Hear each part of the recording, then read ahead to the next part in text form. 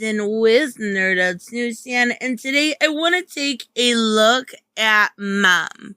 Now, this is a book actually called Mother of Madness, but done by EMILIA Clarke. We've talked about it previously on the channel. The whole idea was kind of weird, right?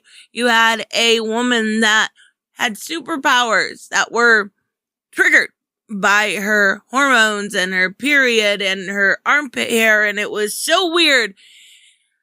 Oh, it's so good! Oh my god! I was totally against this book, and you will not like it. You will probably not like it. Every male that I've seen that has either reviewed this or read this has not cared for it. But I fucking love it so much. It's so funny because it's like completely made for a woman. Like, they know their target audience. That's what I gotta respect about it. We're gonna go through it, but you're gonna see a bunch of videos about how terrible this is. You're gonna see all of that. And you may think this is terrible depending on who you are. There may be a few of you that like it. But I love it. I love it so much. It's so good. So let's take a look at Mother of Madness. I will be getting all three of these. Holy crap, Image. Like, this was genius. This was just genius, even though it's not going to sell. That sounds weird, but it was genius because I haven't seen a more like, what's the best way to put it? Like a more relatable woman character than this woman. And that's really weird. And I don't know if it's because it is, written by Marguerite Bennett and EMILIA Clarke, and they're women and they know how to be women and they know how it sucks to be a woman and it's awesome at the same time. And I don't know, but it's so good. So let's take a look at this. The art is done by LEILA LEIZ. Absolutely beautiful. And we kind of get, this is Maya Kapoor. And she's our main character. She is our Mother of Madness, right? And she breaks the fourth wall, which I love. It reminds me of like early She-Hulk, which is weird, but it totally does. And like in the very beginning, I was like, okay. And then before we really get into this, I want to say that Jen Bartel variant cover, stunning.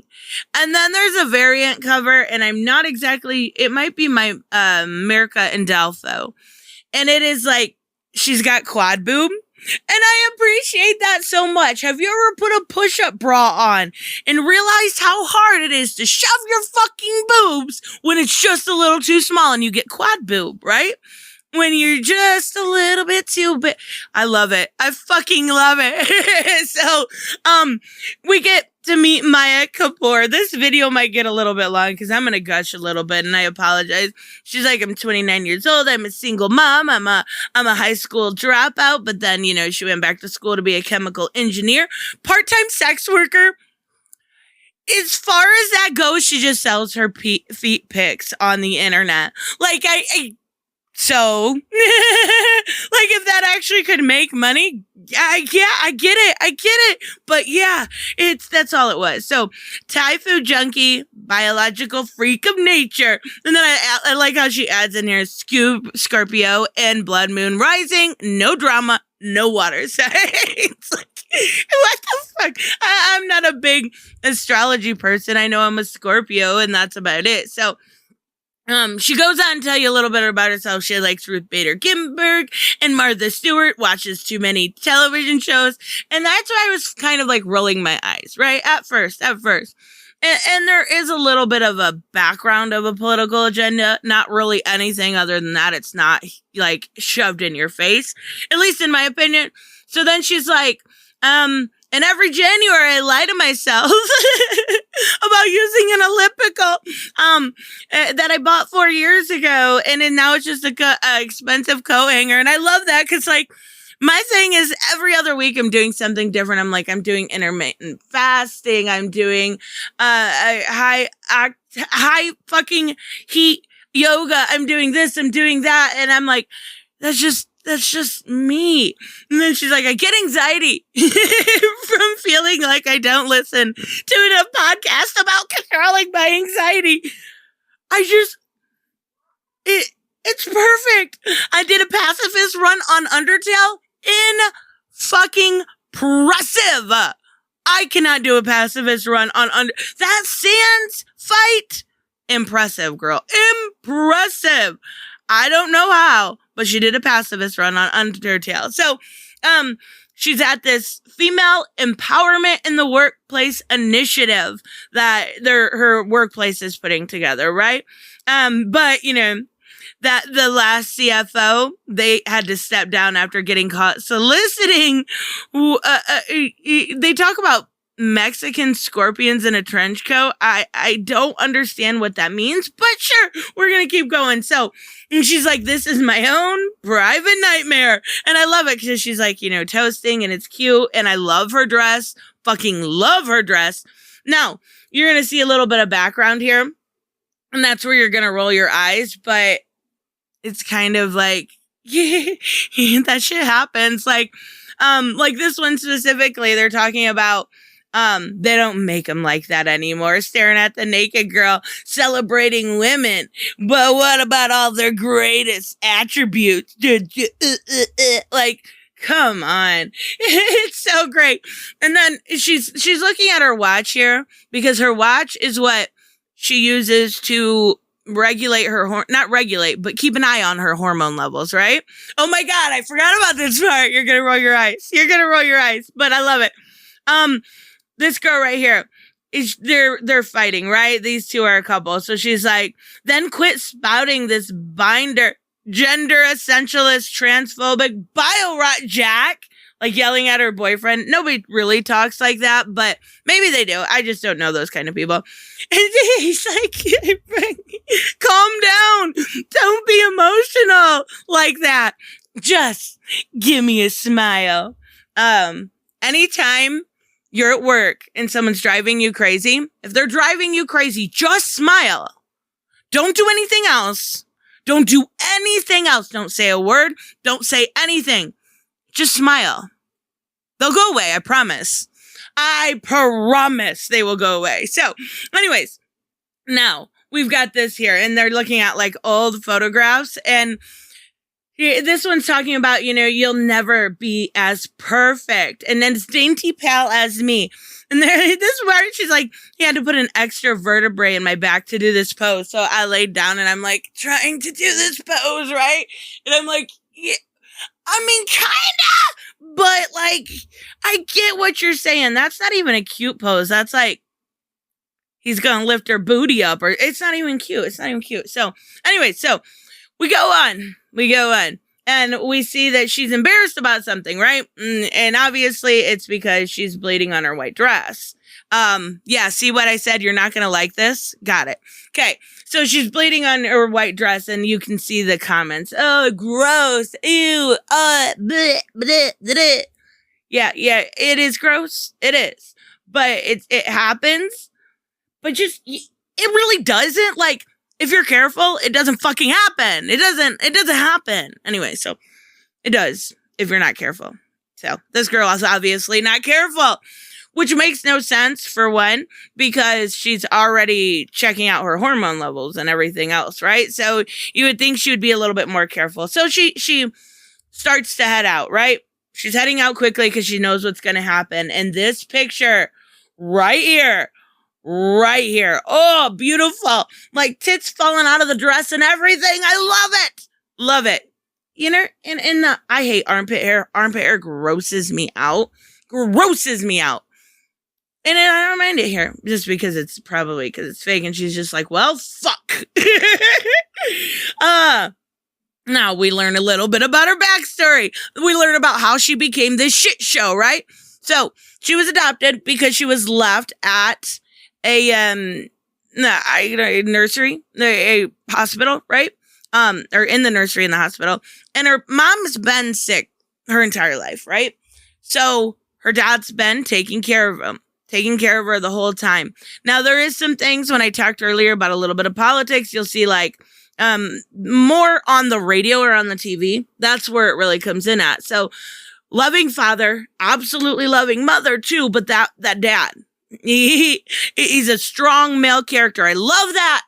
Strong male character. So we get this and we see her grow up a little bit. We see the whole time the mother is sick, having to work from home, having to do with that. And the dad's great. We're in this world to help each other, Maya. I need your help to take care of your mom, right? So the whole time, amazing father. And they watch movies together. They go through life together. And then we get over here. A double feature. And that's so fucking sad. So, the mother died when she was a little bit older, right? 16, I believe. And she's at the funeral and she's saying, my mom collapsed the next morning and my dad just loved her too much, right? Like you hear that so often, usually when it's older, you know, an older couple in the 90s or something like that, but he died of a broken heart. She says he also fell down the stairs. I'm not sure why that was added in there, but even so, he died of a broken heart. So we go to her and she's home now. So I'm assuming she's, 18, 19. It shows her here as 16, but she's old enough to stay home alone. It's empty. And what do girls do to get stuff off their mind? What is the first thing I fucking go to when I'm stressed out? When I am worried? I clean. I start cleaning. It's a nervous habit. It keeps me busy and it keeps me going. That is what girls do. It's just what we do. So she starts doing it, cleaning so much she feels like she's cleaning the atoms, and then she finds some of her mother's medicine. And it doesn't do anything. Nothing happened. She just wakes up the next day with a bad headache. And I must say, the layouts on these are so good. The layouts on all of these. Whoever put these together are amazing. Just talking about atoms on a molecular level, and you'll see it gets even better. So then we meet her now, right? We're in 2049. We meet her little boy, and she is living with a totally not platonic, Benny.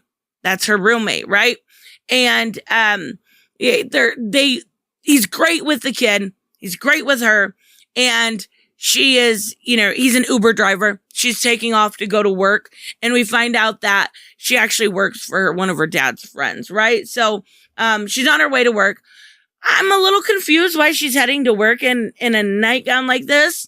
But hey, it's cute, whatever. So they say it's platonic, but then he talks about Mongolian throat singing. And she's like, well, whatever you're doing, it's working. So I'm not sure. Now, the little boy's like, Benny, ask her out. And then we ended that. So she goes back again, and we see her and after her parents died, right? She has to go to a third cousin removed twice over, She has to go and live with them, right? And again, these amazing layouts. Look at that. So we see all the different things, what happens. Puberty, right? It was like a second puberty. Really weird shit start to happen. Growth, smells, unsightly skin. Get it? Unsightly skin! I love it. When she was sad, she would start to heal like the Wolverine. When she was in a goopy mood, she'd become a human pile of fondue.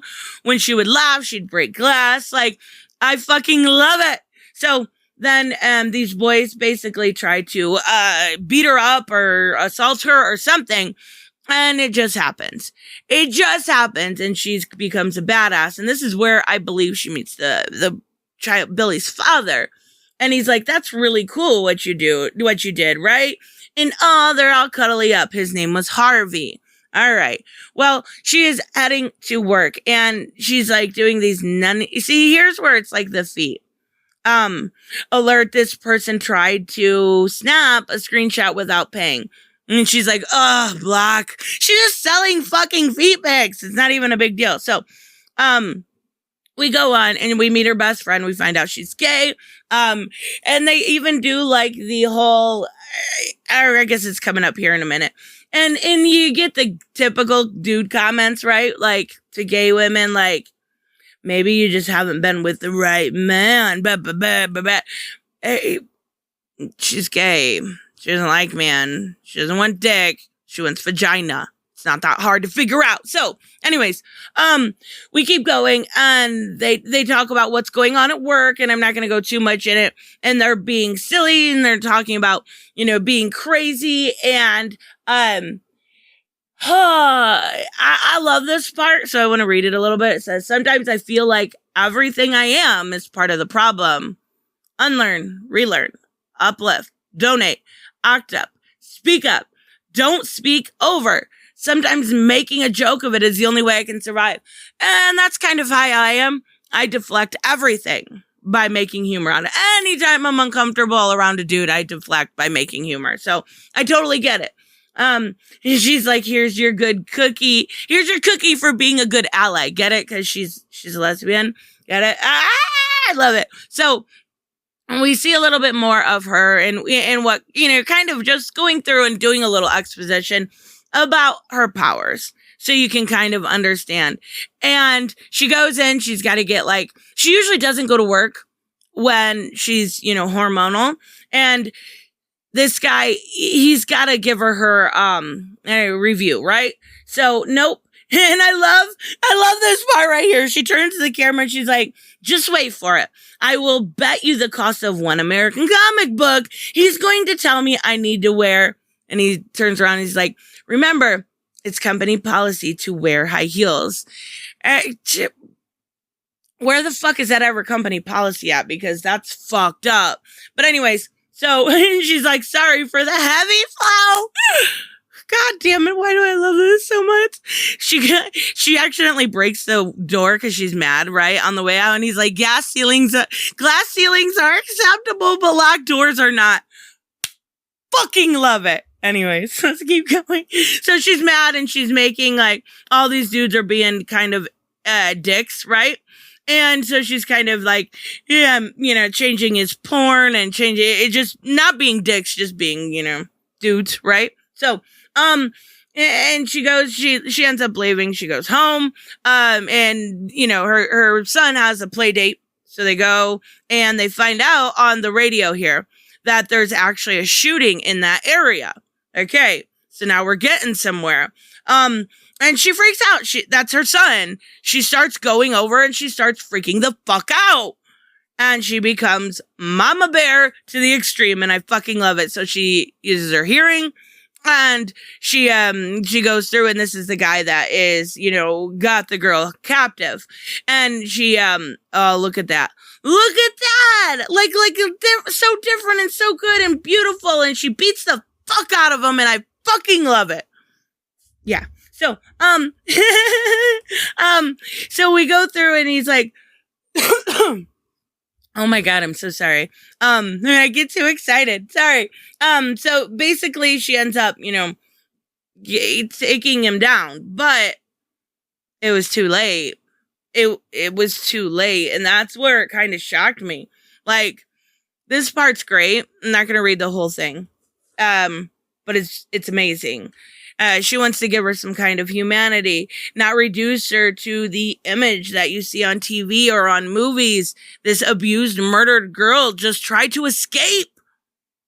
And her name was Tiffany. And she learns a little bit about her to give her a little bit of peace, right? It's really sad. And she thinks about her life, right? About how amazing her father was, what a good, man he was as compared to this dude, and he thinks about all the good men in her life, whether it's Benny or it is her son, about all the good men. And she starts chasing him, and she sees this tattoo, right? And it's a very weird tattoo. She ends up getting him. And then he ends up basically self-destructing. And in that tattoo, we see this little camera, right? And it's hot, and she picks it up. And I love just the difference here. Her staring at the camera. Her staring at the camera is fucking awesome. So we see this woman is behind it. And that's when she really decides. She's going to learn to work with her powers, and then she is going to find you. She's going to find all of you. You're not going to get away with this time. And then we've got Mom coming in August, and I'm assuming they're going to go through that, I need to make an outfit thing. Something also very cool. Well, you get a letter from Emilia Clarke, but You also get some explanation to her powers, but also a bunch of like, for, you know, SA victims, for hate crimes, for domestic abuse, for all these things. Who does that? Nobody does that. Nobody does that. And I think it's really cool. So, absolutely a recommend if you're female. If you're male, you're going to hate this. As much as it's an excuse, it's made for females. It really, really is. And I fucking love it. But I very seriously doubt you will.